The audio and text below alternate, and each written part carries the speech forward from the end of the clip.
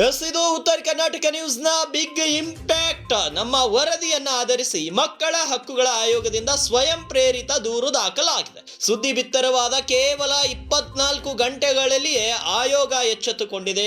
ಆಯೋಗದಿಂದ ಸ್ವಯಂ ಪ್ರೇರಿತ ದೂರು ದಾಖಲಾಗಿದೆ. ಮೊರಾರ್ಜಿ ದೇಸಾಯಿ ವಸತಿ ಶಾಲೆಯ ಅವ್ಯವಸ್ಥೆ ವರದಿಗೆ ಎಚ್ಚೆತ್ತುಕೊಂಡಿದ್ದಾರೆ. ಮಕ್ಕಳ ಹಕ್ಕುಗಳ ಆಯೋಗದ ಅಧ್ಯಕ್ಷರು, ಸದಸ್ಯರು ಮತ್ತು ಇಡೀ ಆಯೋಗವೇ ಎಚ್ಚೆತ್ತುಕೊಂಡಿದೆ.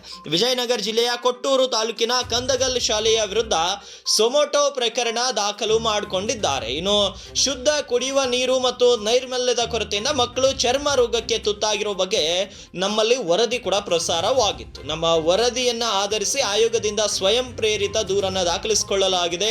ಮೂಲಭೂತ ಸೌಕರ್ಯಗಳ ಕೊರತೆ ಬಗ್ಗೆ ವರದಿ ನೀಡುವಂತೆ ಆಯೋಗದ ಅಧ್ಯಕ್ಷ ಶಶಿಧರ್ ಕೋಸಂಬಿ ಅವರು ಖಡಕ್ ಸೂಚನೆಯನ್ನ ನೀಡಿದ್ದಾರೆ. ನೋಡಿ, ಶಶಿಧರ್ ಕೋಸಂಬಿ ಅವರು ಆಯೋಗದ ಅಧ್ಯಕ್ಷರಾದ್ಮೇಲೆ ಬಹಳಷ್ಟು ಸಕ್ರಿಯರಾಗಿ ಕೆಲಸ ಮಾಡ್ತಿದ್ದಾರೆ.